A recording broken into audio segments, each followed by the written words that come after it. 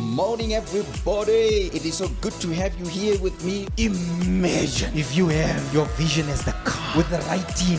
Imagine how quick that vision will come into the picture. Something that was taking 5 years takes 3 months. This morning is all about the leadership and influence.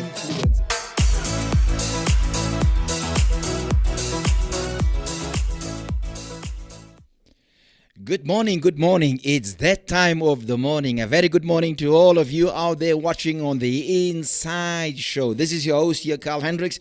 What a wonderful privilege again to joining with me and me with you again on the Inside Show. I would love you please to subscribe and hit that bell every time when we're on. You will surely know that we are online. This morning, I've got a wonderful, wonderful person with me in the studio by the name of Charlie Masala, and he's also a pastor.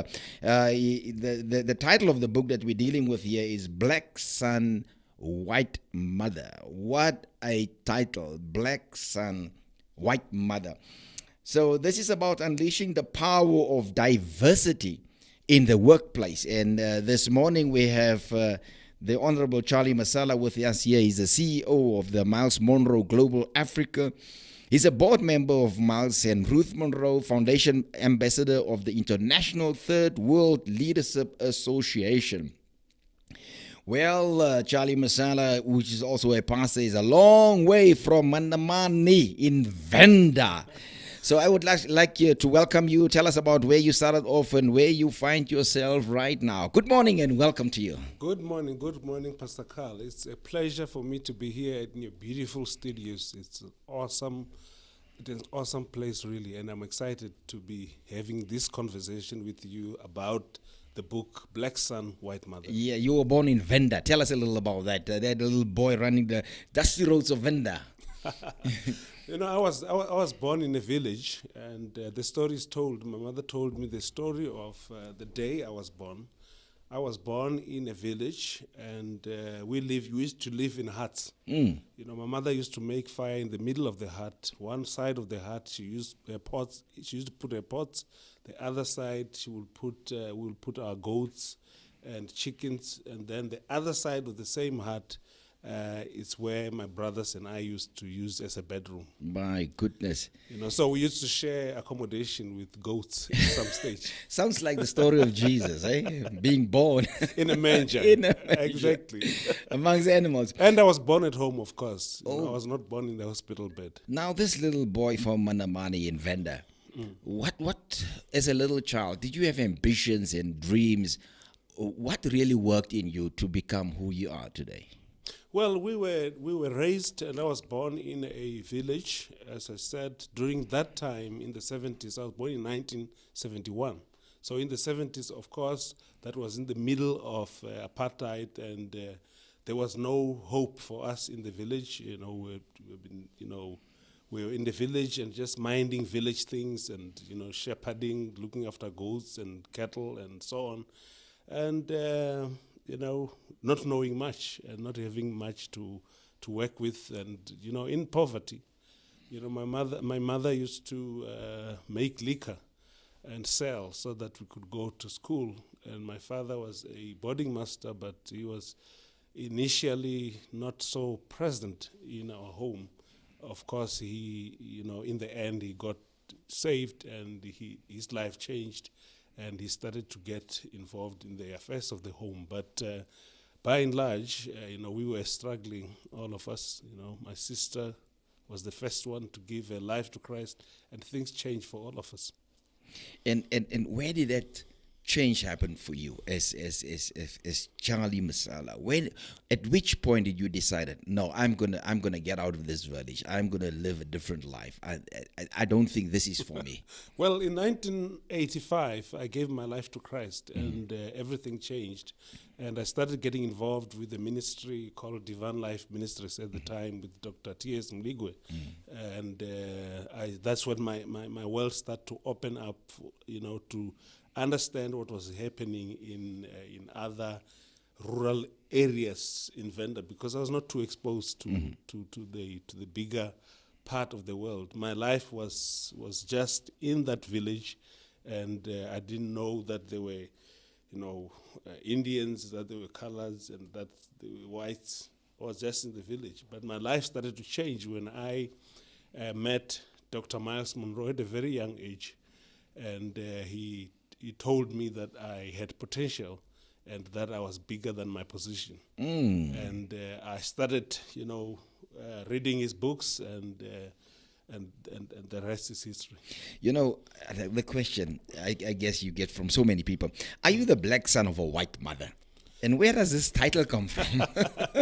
This is an interesting title. The reason why this title is what it is because, well, I wanted to write a book on diversity, and I decided I'm not going to write it on my own. I have a beautiful story with a white mother, with someone who became a white mother because she was my mentor. And that is when, I changed the title. The title was about, initially was the power of diversity. And then I thought, no, there's a story which we can already use, which is the story of me and Gail Vermeulen. Gail Vermeulen, it's a white lady who, when I applied for a position at the Office of the Auditor General, coming out of the CSIR, I found, I met with Gail Vermeulen. She was in the panel of interviewers. She was leading that panel as a senior manager in human resources. And the story that she tells is that I did not make the cut for that position. But she says that night she couldn't sleep, and I think it's the power of the anointing, because she said she couldn't sleep because she couldn't live with the idea that she had this potential that she can't use. And then she decided to apply for a special position for me in the company, so that she and I can work together to do transformation work that was necessary at the time, because we have just moved from the time, from the history of apartheid, now having a new government, and the new government coming up with laws like employment equity and skills development and so on. And one of the things that companies had to train on was diversity, and she felt that we could do that together. So this title, Black Son, White Mother, came about because she then became like my mentor, like a parent, like a mother, and of course she became that. And that's when I thought, let me call this book Black Son, White Mother, because it's about the black son with the white mother, but basically showing and celebrating the power of diversity and how much we can do when we, instead of competing with each other, but complement and collaborate with each other from different racial groups and cultural groups and so on. Because really God made only one man from the ground, and he never went back, which means that all of us come from that experience. Now tell me, very interesting. There's a whole lot of people out there, and I really love to invite you, please, if you don't mind, just to text us, and our producer will bring questions through. Are you struggling with diversity in the workplace? Because, Pastor Charlie Masala, you are an expert here today in this field of diversity. Yeah. I must just admit, I struggle in this arena. Maybe with myself, maybe with others as well. But my mind frame was, if you save, you will not struggle with diversity. you are washed in the blood of Jesus. You are born again, and then I was sadly surprised that that's not how it works. No, it's not. It's not true. You can be saved and not be converted. You need to share a little about that. I would like to know. You know, salvation is a spiritual thing that happens in you. Yeah. But your ability to work with other people, it's a skill that you must learn. You need to develop that. You got to develop that skill. When you are saved, of course, you're going to heaven and you have a relationship with God. But that relationship with God that you have at salvation level, it does not always translate into a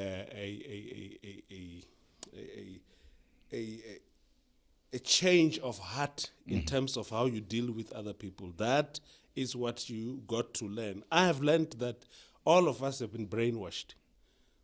You know, all of us have been brainwashed, and we've been brainwashed by the environments which we come from. We've been brainwashed by the parents who raised us. We've been brainwashed by the culture that we find ourselves, that we grew up in. And all these different variables make us who we are. You know, some of the people were told that they are the best race, and all other races are it's God, and it's white, it's Indian, it's colored and black at the bottom. You know, it's some people were taught that. As we were growing up, in the book, actually, I talk about the different institutions which have brainwashed us, and in that you find there's parents, there's education, the kind of education you received, the organizations that you relate with, whether it's political organizations or whether it's civic organizations, and there you also have race, and you have got ethnicity and so on. All these different variables have created who we are. Yeah. Now tell me, Charlie Masala. You got such a lovely name. It's sweet on the tongue. Yeah. Black son, white mother. Can I tell you where I struggle? I firmly believe that if we say colored and black and Indian, I firmly believe we've moved on. Let me define. Yes. Specifically around church circles. You'll find in a white pastoring church, where the pastor is a white man, yes, you'll find black, coloreds, and Indians serving that white pastor faithfully and respectfully. Yeah.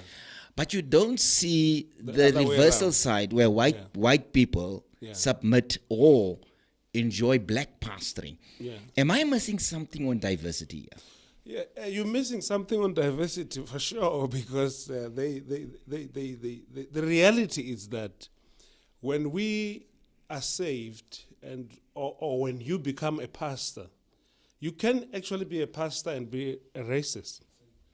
It's possible, because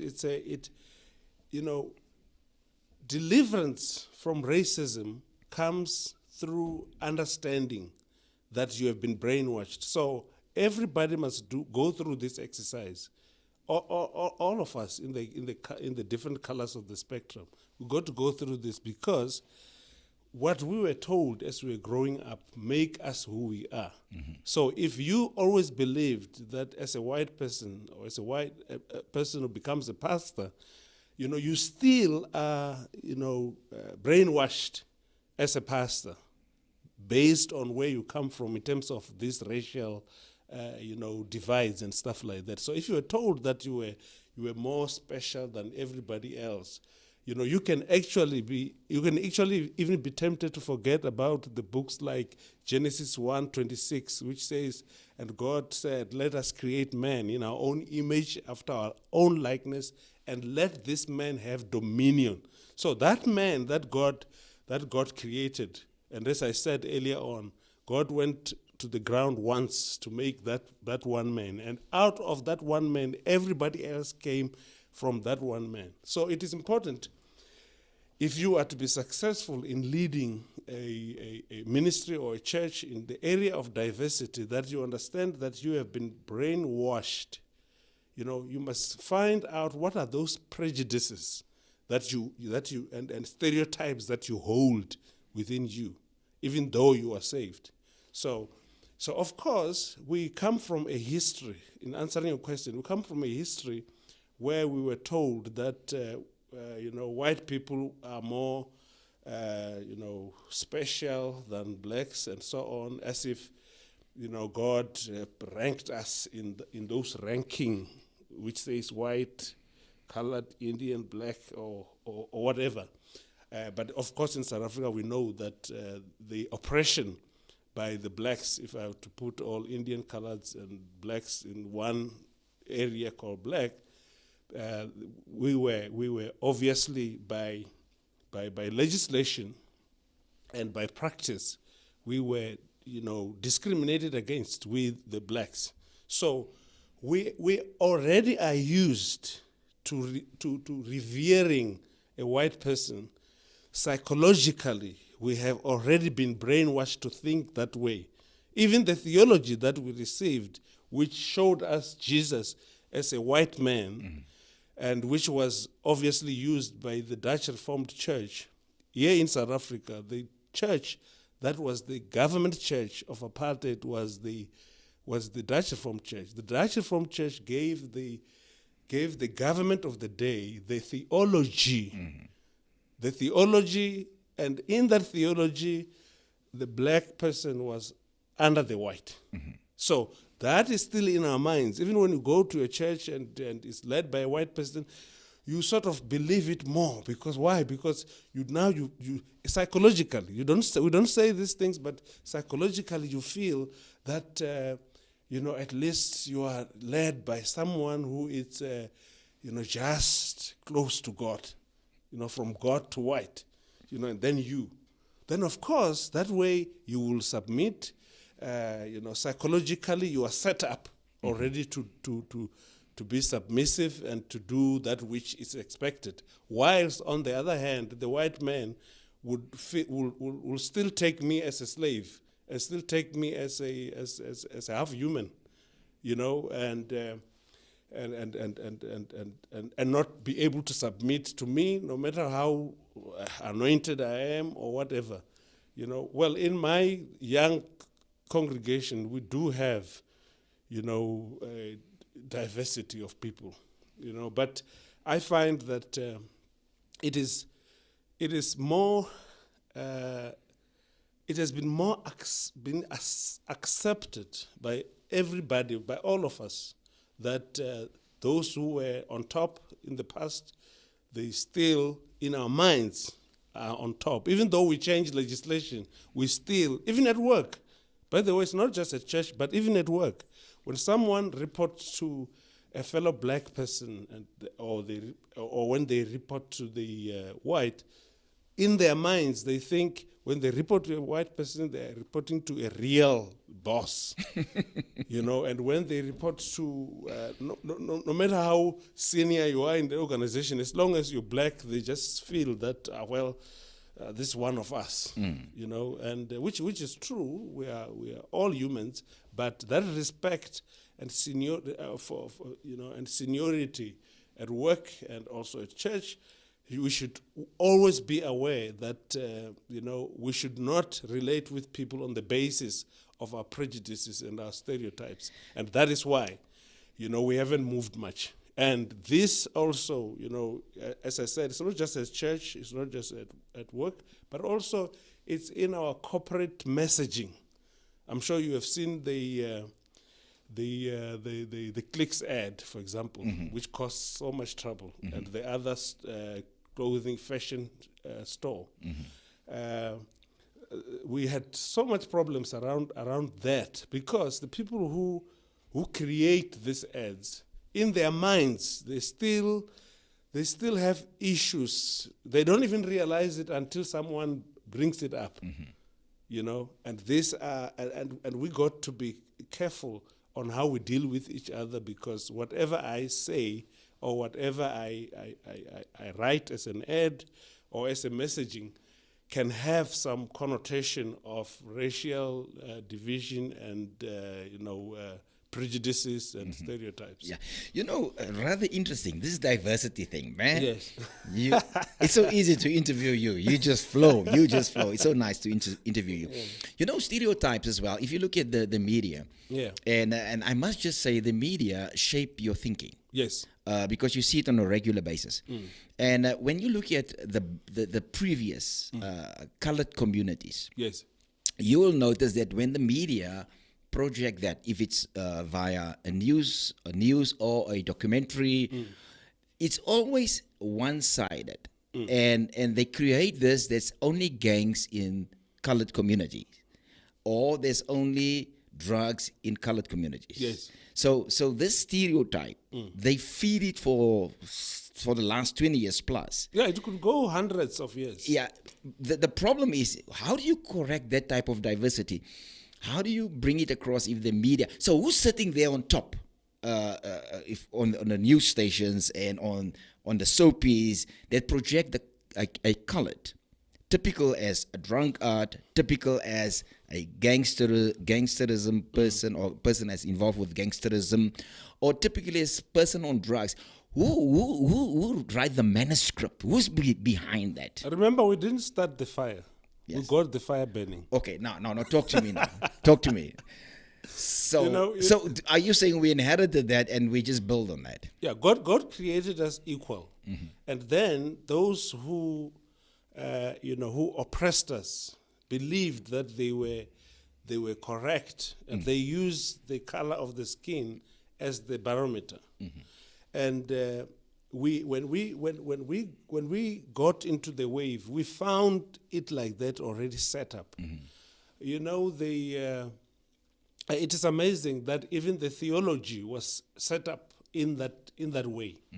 You know, there is a belief still is, and this is because it's been ingrained here. I was home during the holidays in December, and got into one of those huts which we used to sleep in. And I was surprised to find that there was still a picture, 2 pictures were there. There was a picture of Jesus hanging on the cross, the white guy they called Jesus, hanging on the cross. And then there was another one where, and these pictures were in every home almost, where this guy called Jesus is with some guys around the table. They call him Jesus and the disciples. As we were growing up, obviously, one of the things that I blame theology in, because you see, theology is not wrong at all, because it's supposed to be the study of God, because theo is God, and ology means to study or to know. So theo is not a problem, but ology has a lot of problems. Ology has a lot of problems because in that picture, then I started to realize how I got where I got in terms of thinking. Because when I look at that picture, okay, you have been told that here's your Jesus, he's white, blue eyes, blonde hair, red lips, and you are to pray. The prayer says, Heavenly Father. They taught us to even close our eyes so that we can see the picture properly. So when you close your eyes and you say, Father, in the name of Jesus, who do you have in your mind? You have that picture that they've shown you. But we also know that picture, I'm talking now about media, as you said. We also know that picture was not the correct picture of Jesus, because nobody knows who really Jesus looked like. We do know, though, that from where he was born, he could not have looked like that guy. I nearly said that's it. But he could not have looked like that guy. And, but because we have been brainwashed to think that way, even when we pray, we think, okay, God must be white, and that's where it started. So those who were favored by the narrative, they rode on it, and they help us understand it, and they gave us a theology, and the theology that they gave us was that you are here on earth, you are not to do much. God is, as long as you are saved, tell you to take the cross, which is actually unscriptural, because we are not to take any cross, because the cross the work of the cross is already done. Mm-hmm. And even the songs they gave us, they say, they say, carry your cross and follow Jesus. We are not to do that. Mm-hmm. But they told us all these things and said, don't worry about anything. Only worry that you are saved, and when you die, you go into heaven. Mm-hmm. So the whole theology around, was around going to heaven, was never around changing earth, which is what the agenda of the kingdom is supposed to be. Mm-hmm. Because we are sent here as kingdom ambassadors to represent the kingdom of heaven on earth. Mm-hmm. But they said, no, don't worry about that. Worry about the fact that your names are written in the Lamb's book of life, and when you die, you go into heaven. Mm-hmm.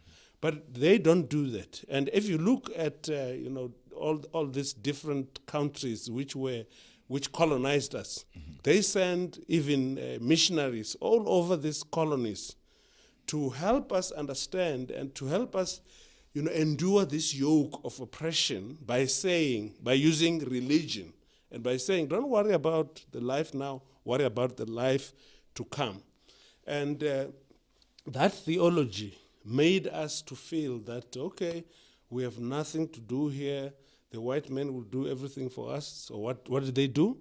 As we were praying, they came and dig gold, go with it, take all the mineral resources, left with it, and beneficiate it, bring it back, and sell the very same thing which was with us, but obviously modernized. So now that very gold, those stones which are gold, now they come back as a powerful ring or that diamond and so on. And we felt that they were our God. In Venda, in Sutu and so on, we say that a white man is a medicine. You see, so we say when a white man arrives, everything works. Mm. So all this was ingrained in our minds. We only, in the last 30 years, we started to become more and more aware of it because of, the fight for freedom and stuff like that. Tell us a little about where your working career started and how you grew along the way, and which companies did you work for? That journey, if we have to push to the HR side now. Yeah, I studied at the Technical Northern Transvaal. It used to be TNT, the notorious campus. We used to strike every week with the former Northwest Premier, Supra Mamapil, was one of the leaders as we were at the campus. And when I was headhunted mysteriously, again by a white mother. I have few white mothers. I think there are 4. But the very first, white mother came on campus. I heard that the CSIR was looking for human resources students to come and and be given an opportunity. They were going to look for the best student. So I heard they were coming. So I decided, okay, I'm going to wait, because I heard that the representative of the CSIR is coming on campus. So I waited on campus. She was a white woman, Isabel Skonken. When Isabel arrived there, I was at the parking lot. So I went there to help her, carry her bags to the management office. And she was impressed and I could see she was scared because, that campus was notorious and it was known for all bad things and so on. She was a white woman and she came alone. So I helped her to the administration office, and I asked her when I dropped her off there, I said, how long are you going to take? She said, 2 hours. And I said, okay, I'll be back. 2 hours, I was there. Took her bags. As we were walking back to the car, then she asked me a question. And this after she interviewed all the HR students, the best ones, because I was not the sharpest knife in the drawer of my classroom. Mm. So she had already met those students. And she said, okay, what are you doing on campus? I said, well, I'm doing my last year on human resources management. And then she said, oh, you're doing HR? I said, yes. Then she said, Send me your CV. I didn't even know what a CV was at the time. But I didn't ask. You don't ask those kind of questions to potential supporters and potential employers. So I said, okay, I will do that. She gave me all the information. I sent Monday. Come Monday, I sent my CV. And Tuesday, she called me and said, well, you got the job. You are to come and do your in-service training at the CSIR. It will be 2 months. And that was my first white mother. And then from that company? And from CSIR, then I worked at the CSIR for about a year, 10 months or so. And then that's when I applied for a position at the Auditor General's office. And that's when I met Gail. You know, and Gail and I would work together. We trained over 1,200 employees, company-wide, all provinces, on diversity. So there was a time where I sat the whole time in a class for 2 days, you know, just talking about diversity and doing, you know, helping people realize that they've been mentally brainwashed and mentally damaged, and help them to understand their own prejudices and stereotyping. And then from that company? From Auditor General's office, then Gail moved to the African Bank. When she moved to the African Bank, she called for me. And I went to join the African Bank as human resources manager, doing recruitment and development stuff. So was that the very last company? Well, from there, she moved on. When she moved again to another company, she got me to a company called Integrated Labor Solutions. I didn't stay long there. I didn't like the culture. And at the time, God was starting to speak to me about a few things. So when I was there, I secured I became a HR consultant. And my first client was my last employer, the African Bank. And then I became independent. That was 2004. So since then, I've never looked back. And of course, a few years after that, the Lord will call me to work with Dr. Miles Monroe on a full-time basis, which I have done, and I'm still happy that I have done it, because during that time, during his last 8-10 years of his life on earth, we were able to touch so many countries and so many leaders, and in different areas of leadership, you know, heads of states, you know, kings, and you know, entrepreneurs and so on. So are you still involved with Dr. Miles Monroe's ministry? Yes, I will be involved with that until I die. It's part of my lifetime calling. Even our ministry that we run now in Centurion, called Kingdom Community South Africa, the vision is still what Dr. Monroe and I were working on, which is transforming followers into leaders and leaders into agents of change. Let's talk a little about ethnocentrism and prejudice and stereotyping and discrimination, racism and so on, etc. That's what the book is all about. Yes. So let's just dig into that aspect of diversity. Yeah. If you are to be successful in dealing with diversity, the first place that I recommend you start at is understanding your own prejudices. Because all of us have been brainwashed. All of us come to the place with prejudices and with long-held ideas and perspectives on life and on other people.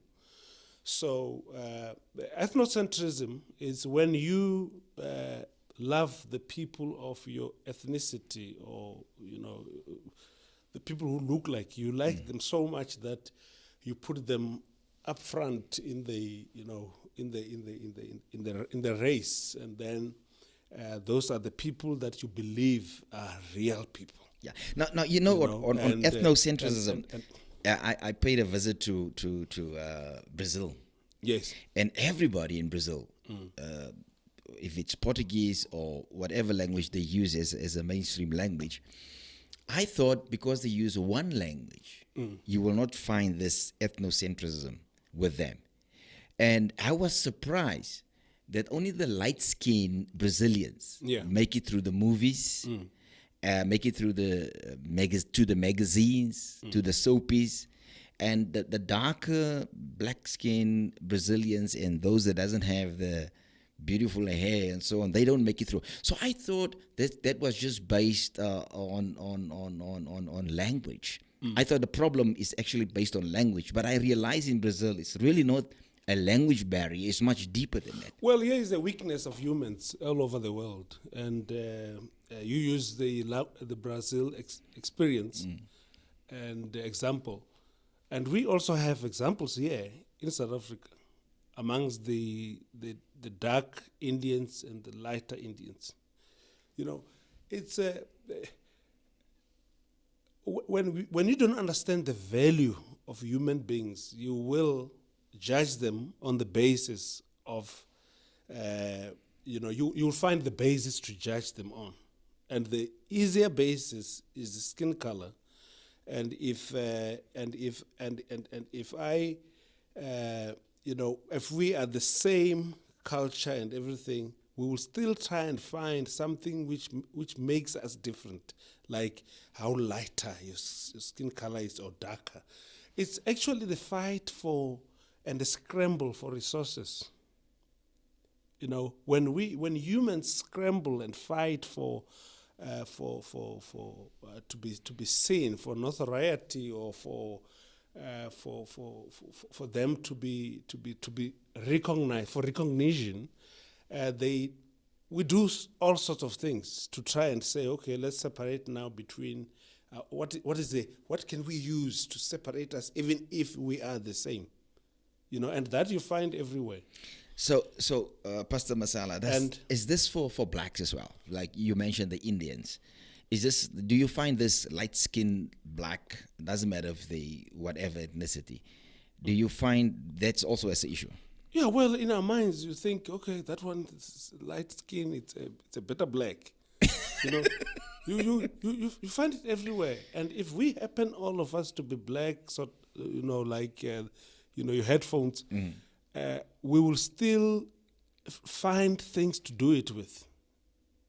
It either will be the height, you know, the tall versus short.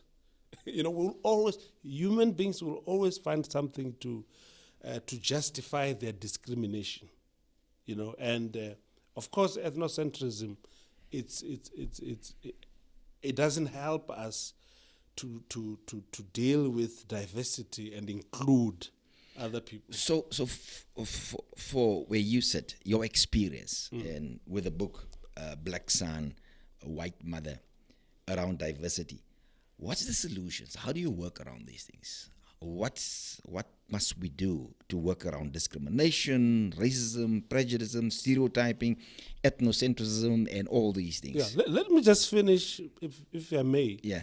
The rest of the words that you have used. Yeah. You know, prejudice.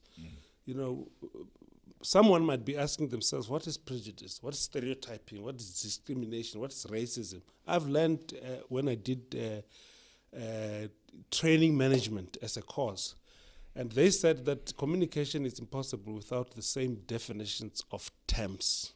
And to help those who are out there, you know, ethnocentrism, we understand it to be discrimination based on the different looks and feels of people, even though they're same culture. But the prejudice, it's when actually prejudice is actually not even a word, but it's a grammatical construct of a prefix, pre, and the word judge. So when you say someone is prejudiced, you're saying that they like to make judgment calls before they have information. Prejudice. So a good example that I always use around this is I became a HR manager at a very young age. 23, I was a manager. I was driving my new cars. I was having my own apartment. Life was happening, you know. So one Saturday, I decided to go to the dealership in Pretoria, in the city. I wanted to buy a new car. When I arrived there, this guy saw me and he said, "What are you looking for?" I was putting on my shorts and my sloppies and T-shirt. I didn't really look promising at all. You know, he said, "What are you looking for?" I I said, no, I'm looking for a Jetta. I was looking for a Jetta 4 at that time. It was brand new. I mean, it was just introduced, new shape. And this guy said to me, old cars are that side. Okay, so he's sending me to the used cars because he believed that I don't look like someone who can buy a car. And if I would ever buy a car, it won't be a new one. It will have to be found on the other side. And I said, no, I just want to look at the new cars. So I was there, and the black salesman then said to me, what are you looking for? I was opening this car. You know, when you want to buy a car, you want to feel it. You know, I was doing that. I was in the car. And he said, no, his boss doesn't like people playing in new cars. Okay, I must quickly, come out and so on. He didn't see me as a potential client. Okay, so I got tired of this and decided I'm not going to buy a car from this dealership. But, I had enough. So just when I was walking out, the white guy says, oh, did you see something that you like? I said, yeah, I saw the Jetta. I like that Jetta 4. And he said to me as he was walking, he was not even engaging me face to face. He was walking, so I'm following him as if almost like, okay, he's the client. I'm the salesman. So he said, are you working? I said, yes. He said, I need your ID and your payslip. So I pulled it up and gave it to him. So my payslips, even back then at the time, they spoke a language which any salesman could understand. When he looked at it, he said, did they offer you coffee or tea? So in my mind, I already decided I'm not doing business here. And cutting a long story short, I didn't do business with them. Why? Because of that word, prejudice. So we should never, ever, engage with people with our prejudgments, because people don't always come in packages that we expect, And of course, the other word there is stereotyping. Stereotyping is when you have an experience with a person of a particular culture or particular race, and you take that negative experience and you put a blanket approach over everyone in that race group or religious group. And of course, discrimination is always a result. It always results, when you have your prejudices and you ethnocentric and you have your stereotyping, you will then, treat people differently on the basis of your prejudices and your stereotyping. And of course, racism, we know, is an allergy of one skin color to the other. So on the whole thing on diversity, how do we fix this now? Where do we start? So where we need to start is that we need to realize that, first of all of us have been brainwashed. And the way to move forward is to ensure that you can start to look at, what are those areas that I've been prejudiced in, and what are those areas that I stereotype? What you got to have a self-awareness of your own biases. That's where it must start.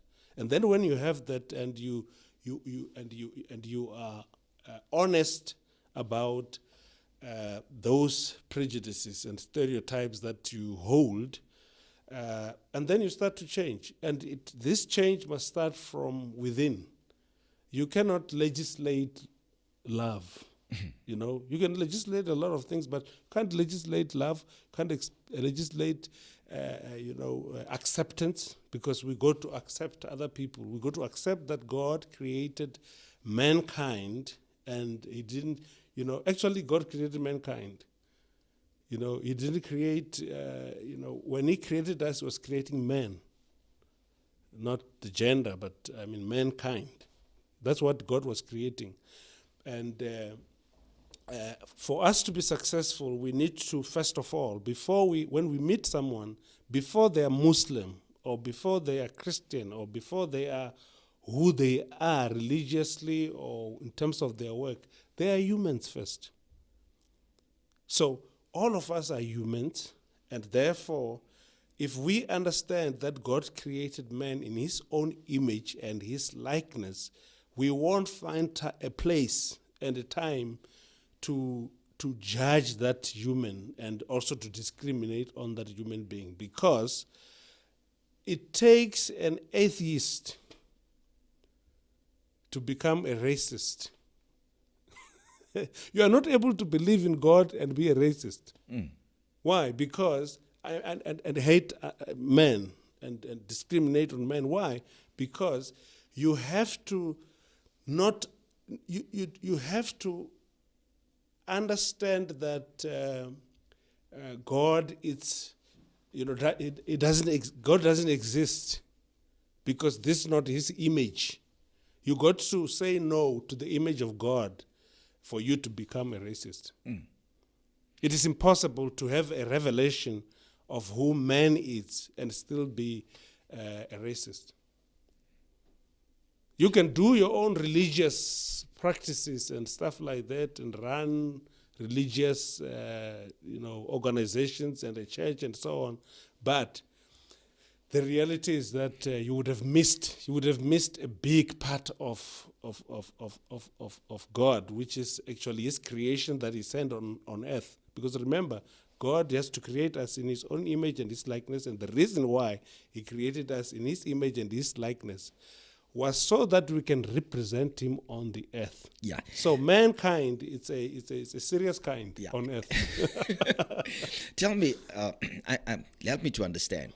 If I let's say somebody in their work environment, have somebody that's prejudiced, or most probably a stereotype, or discriminate, or have a racist spirit, how do you help that person? Because previously or earlier in the conversation, you mentioned that sometimes the person don't know. So what must they do if they notice that their boss are most probably racist or prejudiced or something like that, and the boss doesn't know, and he's most probably whatever color he is? There's some words that Jesus said on the cross when He was being crucified. And He said something that not many of us would say. He said, "Father, forgive them." And He indicates and give a reason why Father must forgive these people. He said, "Forgive them, for they know not what they are doing." So when you know that, first of all, for someone to discriminate on you and be a racist and show racial tendencies on you, it is actually a clue that they do not know who they are dealing with. They don't know who themselves they are, and who this person that they are doing that to is. So the first place is forgiveness. So when I'm dealing with someone and it's a racist, the first thing which comes to my mind is that, hey, he's an ignorant person who needs a lot of education around this issue. And therefore, I'm not going to react back to them the way they act to me. Why? Because I am a person who understands. I sit in a better place of understanding. And because they are ignorant, I will decide I'm forgiving them. It's case in point, an example in the workplace. When I worked at the Auditor General, there was a guy who didn't like me. He was a verkramte boere. He didn't like me at all. And he used to call me with his fellow whites, he used to call me Groen Maneki.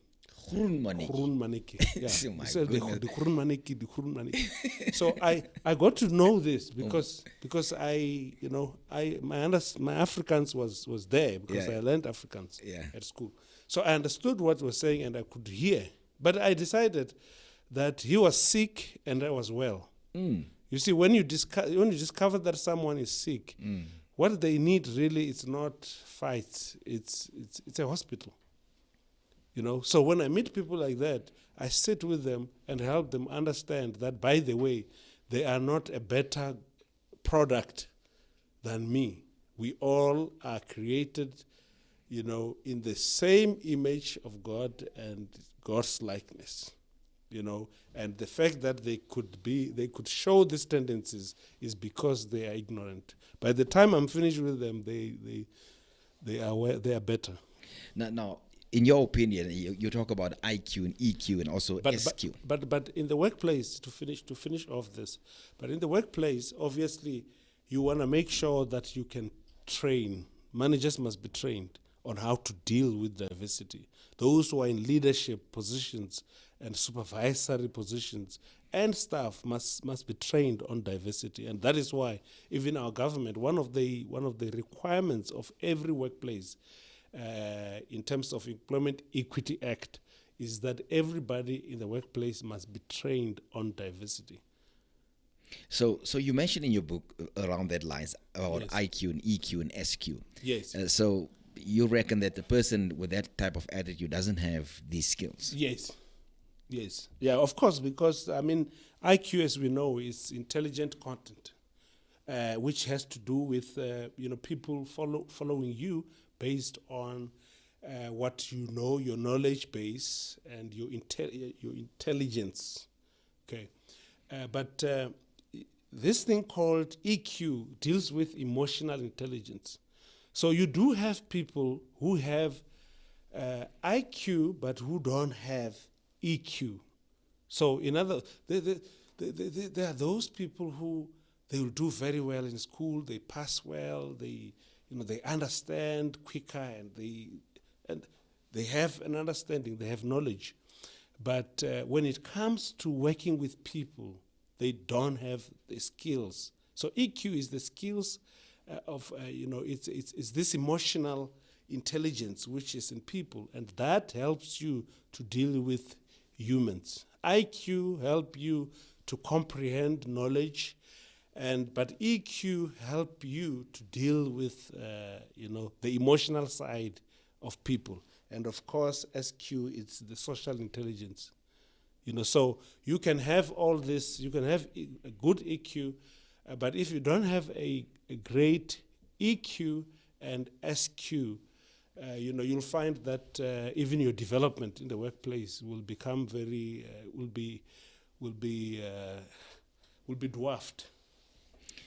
So are we still holding to the principles of the BBEE, and how has this helped us to grow towards the goal in diversity in South Africa in the society? Well, the Black Economic Empowerment Act was to rectify the issues of exclusion of blacks in the main economic activity of the country. As you know, black people in the past were not allowed to have formal businesses, were excluded from a lot of things. So BEE came to include the black people. They have about 7 pillars of those of BEE, and one of those was issue of enterprise development, training entrepreneurs.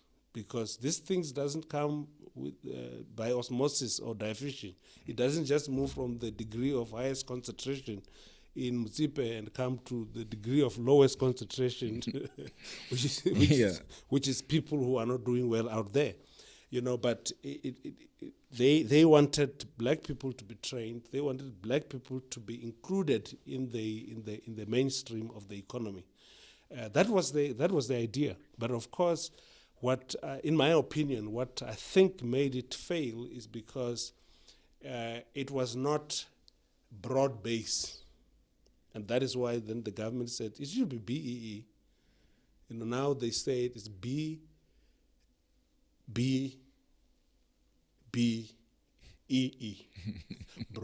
Broad-based black economic empowerment. But have it become broad-based? No, it haven't been, and the reason is because these things were helpful, but to a certain elite, and cronies and friends of those who are close to power. On a personal note, we have the highest documented unemployment rate in South Africa. So who is unemployed and who's employed? Interesting question. Who is unemployed and who is employed? I work from a little different understanding. There are two things. Those who are unemployed usually, in the past used to be those who were not educated. But now, you can have your degrees almost, having more degrees than the thermometer, and you can still remain unemployed. Even though I don't believe that the only thing that help people is employment, I believe that mankind was sent by God on earth, and the whole idea was that all of us must prosper, not just a few, but all of us. Because remember, we're all created to be leaders. But there is a difference between employment and something very special. It's called deployment. Not of the ANC, deployment of you deploying your gift to the world. Okay, so governments and so forth obviously should create an environment which allows these employment activities to happen. But I think the highest level of life is when you discover your gift and become the best you can be in your gift and serve your gift to the world. And as you serve your gift to the world, you will not have to worry about employment. Yeah. Now, in ratio, help me to understand this. If you have white people, you have colored people, you've got Indian people, and you've got black people. Yeah. How do you balance the percentage? Because for where I'm seated, within the colored communities, there's hardly colors that's getting jobs at this point in time. So in diversity, should they balance this out? Because I don't know if it's really happening, if it's legislated, or what's the law saying about that? Well, at this point, nobody's getting jobs anyway. Everybody's losing jobs. Everyone is losing jobs. Yeah. But I think to bring fairness into the balancing the diversity and so on, we should look at those things. We should look at, if we say that the colors form 10% of the population and the whites 8 or whatever the demographics are now, we should be able to say, okay, that must also be represented in the workplace. That. Or for instance, if you take Cape Town, 80% of colors lives in Cape Town. But if you look at the workplace and the work environment, you don't see the diversity in there. So my question more is from your expertise in writing a book around diversity. What should the solution be around that? Well, the solution is only one. It's inclusion. It's making sure that everybody, it's included. A country which is so diverse like South Africa, the Department of Employment, the labor, should guard these stats, and they are responsible for it. They are the custodians of it. So if we say that we have got so many percentages of whites, blacks, and Indians, that must also, I think, show in the workplace, but also everywhere else where there are opportunities. We must make sure that we include all of us. Why? Because diversity is such a beautiful thing. Diversity brings different ideas and beautiful skills and way of things, point of views into the place. I've got my guest here about to close, Charlie Masala. A warm welcome again to you, sir, and thank you so much for being with us here this morning. Thank you. My question on diversity, you're really fresh, but don't you think your colleagues and those that's strong on activism on the other side sees you as a most probably a cheese boy or somebody that leans too much over to the white side? And how do you balance that out? How do they receive you with this angle? I think the balancing point in anything that you do is truth. And what is truth? Truth is original information. The truth is I'm black and I remain black. And the truth is that I'm a human. Before I'm black, I'm a human. So, and I understand what you're saying, because sometimes when you have, like I wrote this book, somebody can say, well, it's the son of a madam. I'm not the son of a madam. And those who know me well, they will know that I'm independent in my thinking and in what I say. So I think we need to allow truth to lead, and we will pay the price sometimes. To include everyone else, you will pay the price. Mandela paid the price. He paid the price in jail, but he also paid the price, and he's paying it now, even after his death, because people are blaming him now for being too friendly to the whites. But I mean, as a child of God myself, I have no right to say, Pastor Hendricks is colored, therefore I have nothing to do with him. When you start to do stuff like that, you're limiting your potential to grow, and balancing it for me means that we need to help people understand that even though the other people were more favored by the system, but the reality is that we're all humans. But also, I help those who are on the other side to understand that, by the way, they benefited from oppression. They benefited from my oppression. They benefited from my exclusion. And therefore, they should understand that they must be changed somewhere along the line.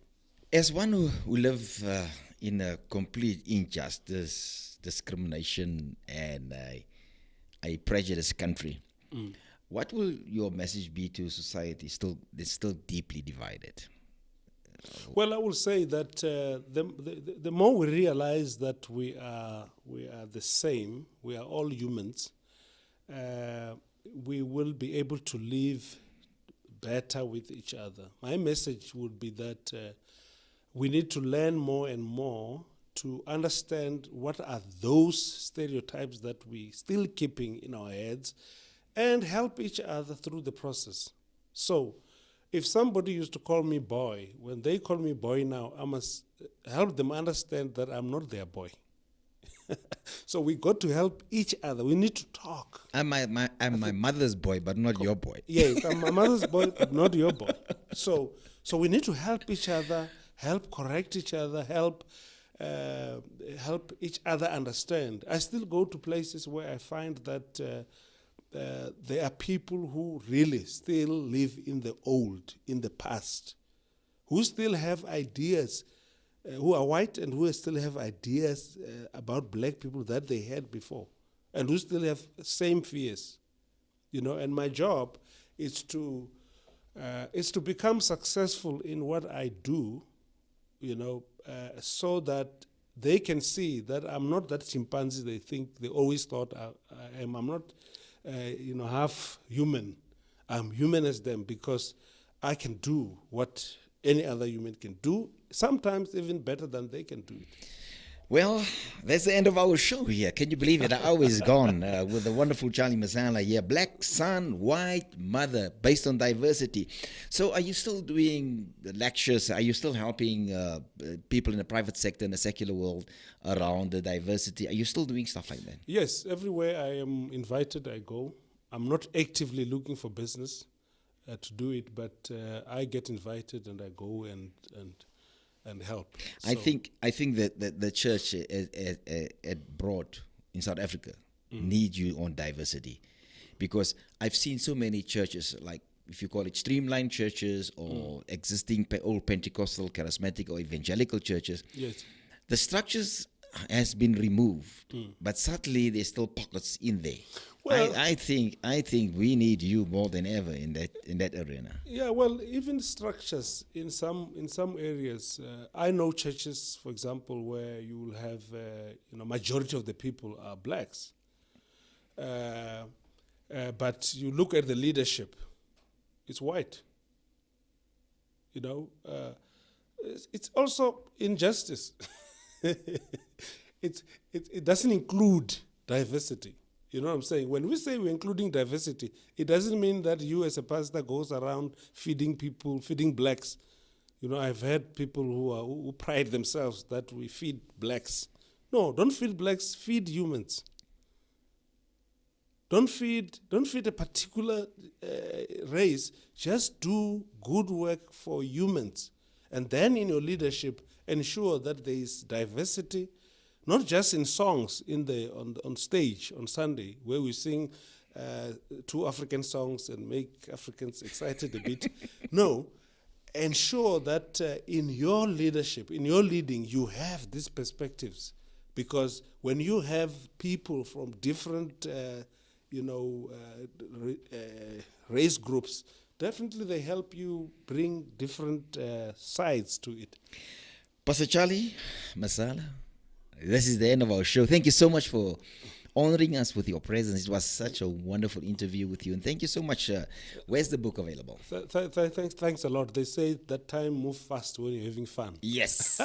Where's the book available? This book is on Amazon.com. It also found, if you need a hard copy like we have, you can actually go to blacksunwhitemother.com and you can order the book, and it will be sent to your doorstep. Great.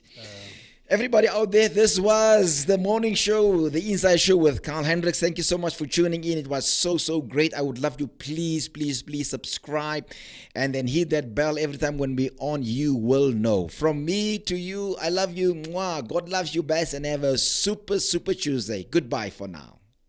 Good morning, everybody. It is so good to have you here with me. Imagine if you have your vision as the car with the right team. Imagine how quick that vision will come into the picture. Something that was taking 5 years takes 3 months. This morning is all about the leadership and influence.